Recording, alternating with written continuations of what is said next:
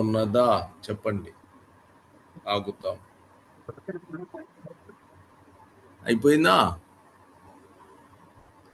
Okay. అన్ని జనుల ప్రదేశమును మహిమ గల దానిగా మహిమ గల దానిగా చేయుచున్నాడు. ఆమేన్. అంటే యాక్చువల్గా ఇశ్రాయేలీలు మహిమ గల దానిగా చేయబడుతున్నారు.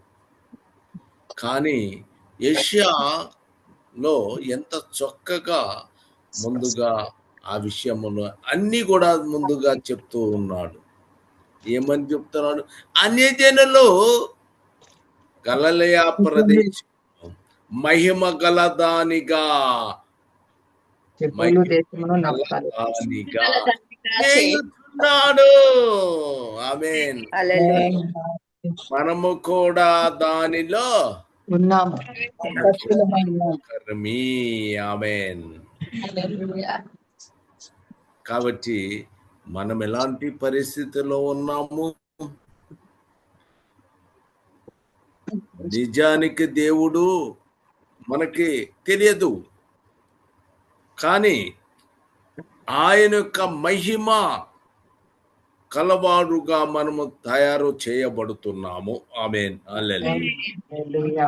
ఇప్పుడు సపోజ్ రోమీలకు 1:21 వచ్చిన పత్రిక 1:21. మరియు వారు దేవుని ఎరిగియు ఆయనను దేవునిగా మహిమపరచలేదు, కృతజ్ఞతాస్తుతులు చెల్లింపను లేదు. ఎలాంటి వాళ్ళు? అంతకు ముందు అన్యజనులు అనేటువంటి వాళ్ళు మహిమ వాళ్ళకి తెలియదు, కానీ యెషయా గ్రంథములో అన్యజనులు గలిలయ ప్రదేశములో ఆ ప్రదేశంలో ఉన్నది కూడా మహిమ గల దానిగా చేయుచున్నాడు అని చెప్పారు. ఇక మనము చూస్తే రోమీలు మరియు వారు దేవుని ఎరిగియు ఆయనను ఎరగని మహిమ కలిగినటువంటి వారుగా వాళ్ళు ఏం చేశారు? దేవునిగా మహిమపరచలేదు, పరచలేదు. ఆమేన్. తర్వాత కృతజ్ఞతాస్తుతులు చెల్లింపను లేదు, కానీ చెల్లించలేదు, కానీ తమ వాదనల యందు వర్తులైరి. కేవలము వాళ్ళ మాటలు వేస్ట్ అన్ని కూడా వ్యర్థమైన మాటలు.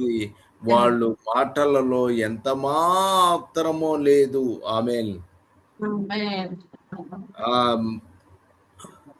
ఆమేన్. హల్లెలూయా.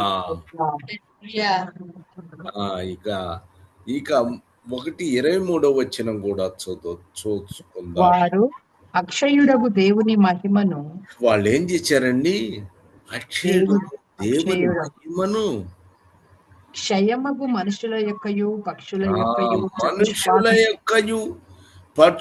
యొక్కయు చతుస్పాద జంతువుల యొక్కయు పురుగుల యొక్కయు ప్రతి స్వరూపముగా మార్చిరి. ఎట్లా చేశారో చూడండి. దేవుడు మహిమ కలిగిన వాడు, అవునా కదా? ఆమేన్. అట్టాడిది దేవుడు, దేవుని మహిమ. ఎందుకంటే మనము యెహోవా యొక్క మహిమ అని చదువుకుంటున్నాం. బైబిల్ మొత్తం కూడా మహిమ అని ఎక్కడ ఉన్నదో అవన్నీ జాగ్రత్తగా తీసుకొని మరి నువ్వు కూడా మహిమ పొందగలుగుతావు. ఆమేన్. ఆ దేవుని మహిమను గురించి నేను చెప్పుచున్నాను. ఆమేన్. అక్షయుడైనటువంటి వ్యక్తిని మనుషుల యొక్కయు పక్షుల యొక్కయు చతుస్పాద జంతువుల యొక్క జంతువుల యొక్కయు పురుగుల యొక్కయు ప్రతిస్వరూపముగా మార్చెను. దాని అర్థం ఏంటి? అసలు దేవుని మహిమను వారు గుర్తెరగలేదు. ఆమేన్ వాళ్ళు పొందలేదు. కాబట్టి ఏం చేయాలంటే ఇక రోమీలు 2:7 చదవండి. సత్క్రియను ఓపికగా చేయుచు. ఇక ఏం చేయాలమ్మా? సత్క్రియను ఓపికగా చేస్తూ సత్క్రియ ఓపిగా చేయుచు మహిమను ఘనతను మహిమను ఘనతను అక్షయతను వెదుకు వారికి నిత్య జీవమునిచ్చును. ఆమేన్. ఇప్పుడు ఏం చేయాలి? ఇప్పుడు దాకా ఏం చేశారు? ఆ వారు అక్షయుడు దేవుని మహిమను చేయమగు మనుషుల యొక్కయు పక్షుల యొక్కయు చతుస్పాద జంతువుల యొక్కయు పురుగుల యొక్క ప్రతిస్వరూపంగా మార్చారు. దేవుని మహిమను వాళ్ళు ఏమాత్రం నమస్కరించలేదు. ఆమేన్. కానీ ఇప్పుడు దయగలిగిన దేవుడు యేసుక్రీస్తు ప్రభువు ఆయన ఏం చేశాడు? అయ్యా మీరు ఏం చేయాలి? సత్క్రియ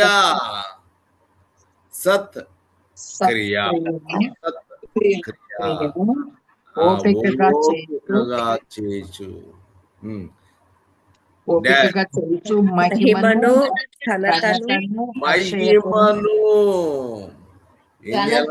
మహిమను వెదకాలి. లోకములో మహిమ ఒకటి ఉన్నది. ఆ మహిమ ఎవరిది? దేవుని యొక్క మహిమ. ఈ లోకములో ఆయన యొక్క మహిమ ఉంది. అక్కడ ఇశ్రాయేలీలు ఆ మహిమను చూశారు. ఆ తర్వాత ఇప్పుడు ఏం చెప్పాడు? ఆ ఇద్దరు అన్యజనుల గలిలయ ప్రదేశమును మహిమగలదానిగా చేయుచున్నాడు. ఆమేన్.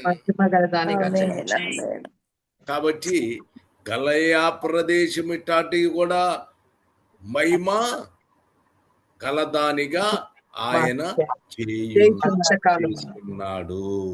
ఇప్పుడు అన్యజనులైనటువంటి వారు వాళ్ళ ఇష్టానుసారముగా జీవించారు కదా. కానీ ఇప్పుడు ఏం చెప్పాడు? మీరు సత్క్రియను ఓపికగా చేయుచు మహిమను ఘనతను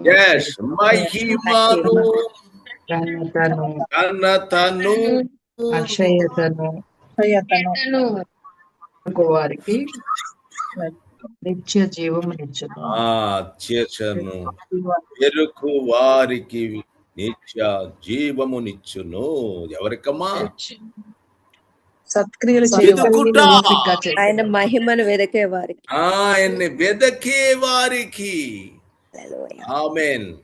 ఇక మనము ఆయన యొక్క మహిమను ఏం చేయాలి? ఎదకాలి.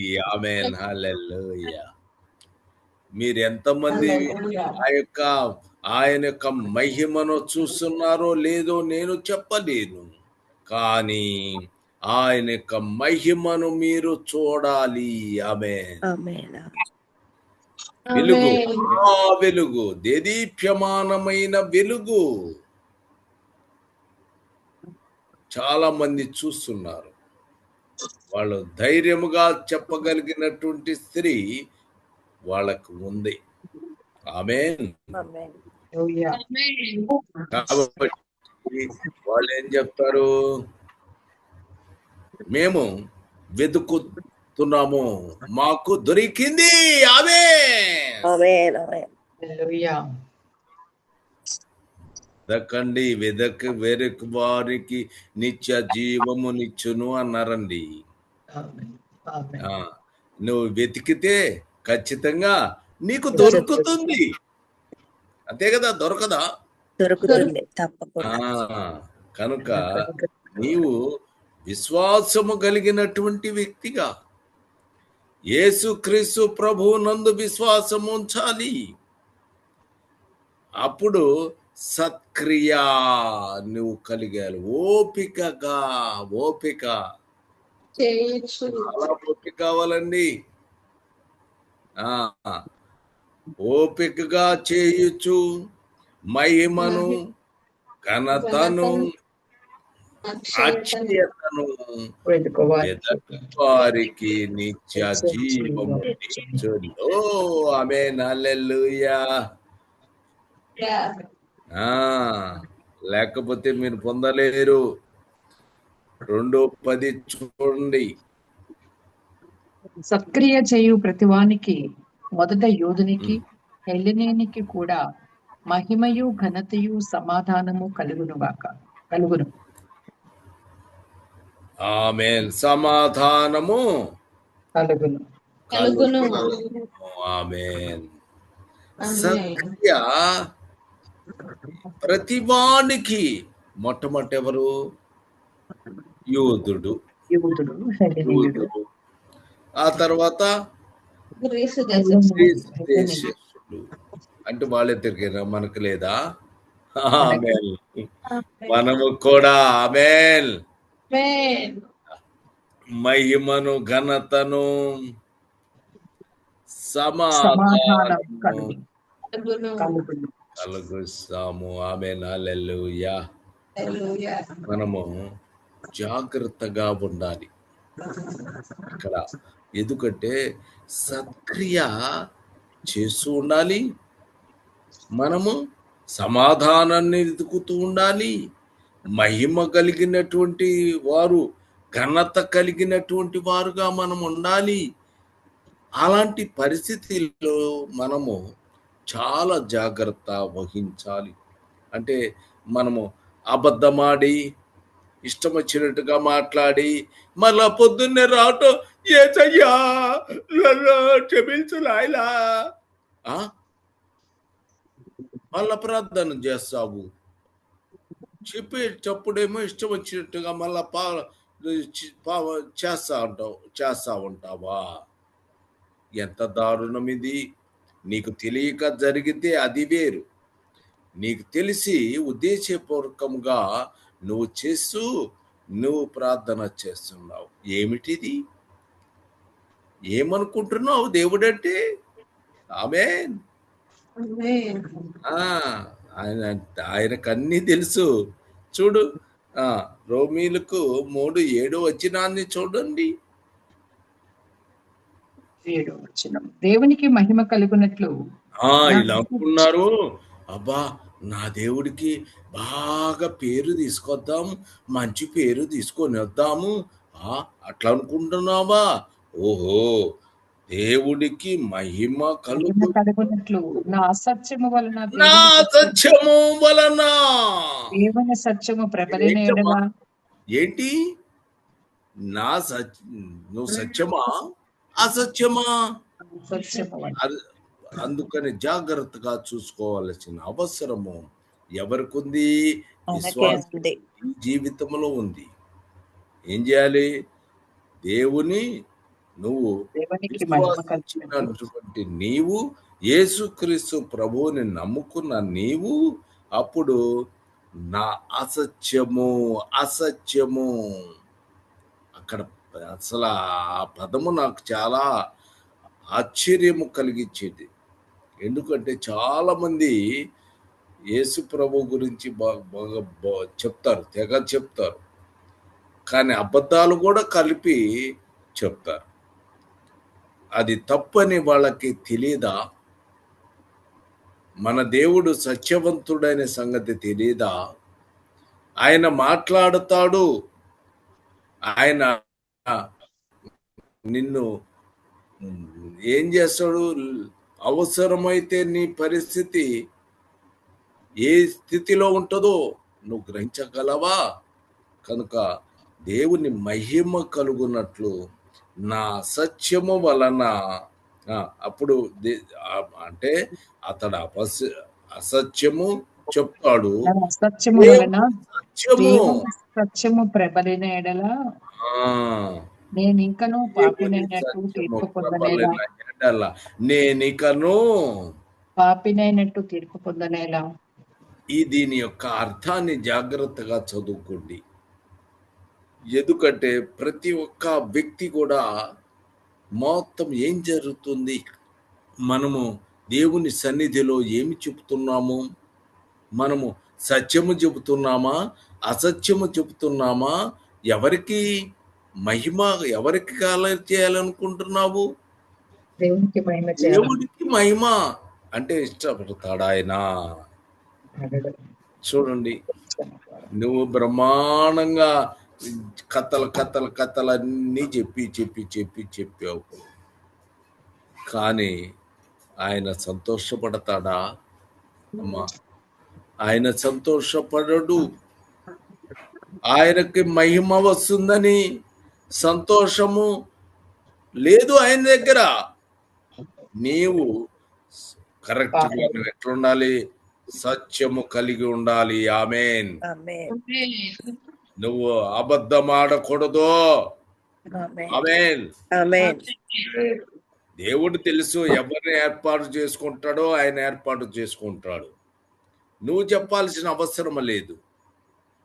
నువ్వు వచ్చి అబద్ధం చెప్పి అబ్బా హల్లెలూయా హల్లెలూయా అని చెప్తే దేవుడు సంతోషపడతాడు అనుకుంటున్నావా? లేదు. ఆయన వేరొకరిని ఎవరినో తీసుకొచ్చుకుంటాడు. దేవుని సత్యము ఉన్నట్టుగా మాట్లాడేటువంటి వ్యక్తిని ఆయన నియమించుకుంటాడు. ఆమేన్. అతను అవసరం లేదు. నువ్వు దేవుని అసత్యము గురించి, దేవుని మహిమ పరిచేటువంటి గొప్ప విషయాల గురించి మాట్లాడేటువంటి నువ్వు దేవుడికి నువ్వు అవసరము లేదు. కానీ దేవుని సత్యము ప్రబలిన వాడి దగ్గర ఎట్లా దేవుని యొక్క సత్యము ఉన్నట్టుగా చెప్పాలి. ఆమేన్. మనం పాపాత్ముల్లాగా మనం చేయకూడదు. వాడికి మనకి ఉన్న తేడా ఏంటి? ఆలోచించండి. ఎంత చాలా జాగ్రత్తగా ఉండాలి. కాబట్టి మనము ఎప్పుడు సత్యమే చెప్పాలి. ఏ అబద్ధము చెప్పకూడదు. మన దేవుడికి తెలీదా? దేవునికి తెలీదా? చాలా ఆశ్చర్యంగా ఉంది. దేవుడు తెలీదా? నువ్వు అనుకుంటున్నావా? భలే వాళ్ళు మీరు. అన్ని ఆయనకు తెలుసు. ప్రజలకు తెలియదు. ప్రజలకు నువ్వు అసత్యమాడతావో నువ్వు సత్యమే చెబుతావో వాళ్ళకు తెలియదు, కానీ ఆయనకు తెలుసు. ఆమేన్. కాబట్టి మనము జాగ్రత్తగా ఉండాలి. ఆమేన్. ప్రార్థన చేసుకుంటాము. ఎవరైనా ప్రేరేపణ కలిగినటువంటి వారు చెప్పవచ్చును. ఆమేన్.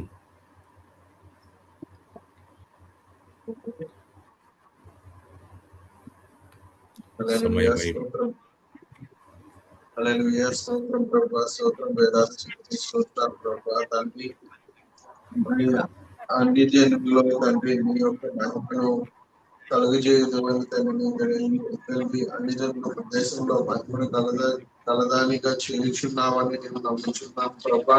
తండ్రి స్తోత్రాలు ప్రభా. తండ్రి నీ యొక్క మహిమను బట్టి తండ్రి చేయుచున్నావు ప్రభా. తండ్రి స్తోత్రాలు. మరి అదే విధంగా తండ్రి మనుషులు అనేక విధములుగా తండ్రి అనేక విధములుగా అనేక స్వరూపాల్లో నీ మహిమను మార్చినప్పుడు వచ్చి ఉన్నది అటువంటి విధంగా చేయకూడదని నీవు తెలియజేసిన వాక్యం స్తోత్రాలు.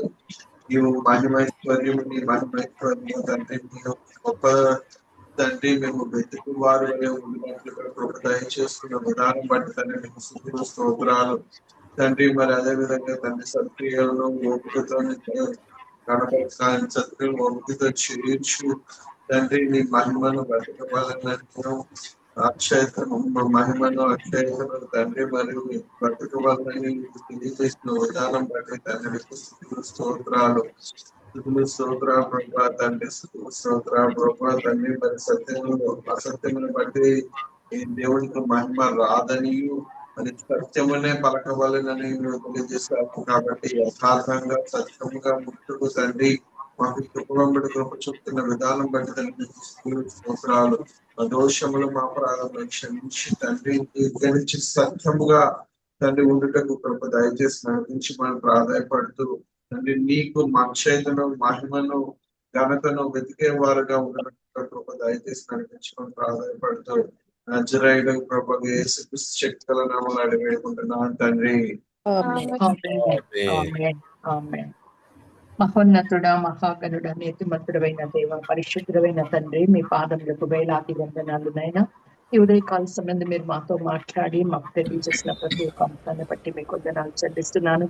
అవును ప్రభా, ఒకప్పుడైతే నా తండ్రి నాయన జన ప్రదేశాలన్నీ కూడా నా తండ్రి అయ్యా నా ప్రభు పూర్వకాలమున జబులు దేశము నప్తాలి దేశాన్ని అవమానపరిచేవేమో, కానీ తర్వాత నా తండ్రి అక్కడ ప్రభు నీ యొక్క మహిమ దానికి దాన్ని చేస్తానని వాగ్దానం చేసావు. అన్య జనాంగం నివసించే ఆ స్థలం అంతా కూడా ఒకప్పుడు నేను ఎరిగి ఉండలేదు, కానీ వాళ్ళందరూ నేను ఎరిగి ఉండేలాగా దాన్ని ఒక మహిమగా మారుస్తానని ప్రభు మీరు సెలవిచ్చిన ఆ ప్రవచనం ప్రకారంగా ప్రభుని యేసుక్రీస్తుని తండ్రి అక్కడికి నడిపించినట్లుగా మేము చూస్తున్నాం. దేవాందని బట్టి మీకు స్తోత్రాలు నైనా. అలాగే తండ్రి నైనా అనేక మంది నా ప్రభు అయా అక్షయుడవు నిన్ను తండ్రి నైనా క్షయమైనటువంటి వాటి వైపు అయ్యా పశువులు పక్షులు జంతువు లేక చతుష్పాద లేకకు అయ్యా తన పురుగు లేక ప్రతి స్వరూపంగా నిన్ను మార్చేశారు నైనా. కానీ ప్రభు అయ్యా వ్యర్థమైన వాదనలతో వారి వ్యర్థులైపోయి నీకు మహిమను కుటుంబాసు చెల్లించలేకపోయారు. కానీ తండ్రి ఎవరైతే ప్రభు నిన్ను విశ్వాసం ఉంచి తండ్రి ఆ సత్క్రియను ఓపికగా చేస్తూ తండ్రి మహిమను ఘనతను అక్షయతను వెతుకుతారో వారికి నిత్య జీవాన్ని ఇస్తానని వాగ్దానం చేసిన దేవుడవు నాయన. సత్క్రియ చేసే వారికి నా తండ్రి ప్రతి వానికి కూడా మహిమ ఘనత సమాధానాలు అయ్యా వారికి కలుగుతాయని ప్రభు యుద్ధులకే నీరుకి అందరికీ కూడా నా తండ్రి సమాధానం కలిగించే దేవుడు అని నీకు స్తోత్రాలు నైనా. అంతేకాని ప్రభు నీ నామాన్ని కనపరచాలన్న ఉద్దేశంతో నిన్నేదో అయ్యా తండ్రి లోకానికి తెలియచాలన్న ఉద్దేశంతో మేము అబద్ధములు ఆడుట ద్వారా పాపులుగా మారుతున్నామని ప్రభు మీరు సెలవిచ్చారు నైనా. అవును తండ్రి మా తండ్రి నేను మా యొక్క అసత్యము వలన దేవునికి మహిమ వస్తుందనుకుంటే అది మేము పాపులుగా తీర్పు తీర్చబడుతున్నామని సత్యాన్ని గ్రహించి సత్యమును మాత్రమే మేము సత్యమును మాత్రమే ప్రకటించాలి. దేవుని మహిమను కూడా సత్యము ద్వారానే మహిమ పరచాలి, కానీ ఎక్కడ అసత్యపు వెలుగులు మాటలు రాకుండా ఉండలాగున మీరు కృప దయచేయండి నాయన. దేవానికి స్తోత్రాలు తండ్రి. అన్ని జనాంగంలో మేము అయ్యా ఈ రోజున తండ్రి నైనా నీ నామాన్ని ఎరిగి ఉండే కృపను మాకు ఇచ్చారు. ఆ మహిమ మాకు అక్షయతను ఘనతను మాకు కూడా మీరు ఇస్తున్నందుకు మీకు స్తోత్రాలు చెల్లిస్తూ అయ్యా ఈ మాటలను మేము జ్ఞాపకం చేసుకుని అయ్యా నిరంతరము సత్క్రియను ఓపికగా చేసి నిత్య జీవంలో నిలిచి ఉండే వారముగా మమ్మల్ని అందరినీ భద్రపరచమని వాక్యం ఇచ్చిన నీ దాసుడు నీ కుమారుని ప్రభు మీ ఆత్మతో అభిషేకించి మీరు ఇచ్చిన ఈ మాటల కొరకే కృతజ్ఞతాస్తుతులు చెల్లిస్తూ నీ బిడ్డను దీవించి ఆస్వాదించండి, మంచి ఆరోగ్యం దయచేయండి.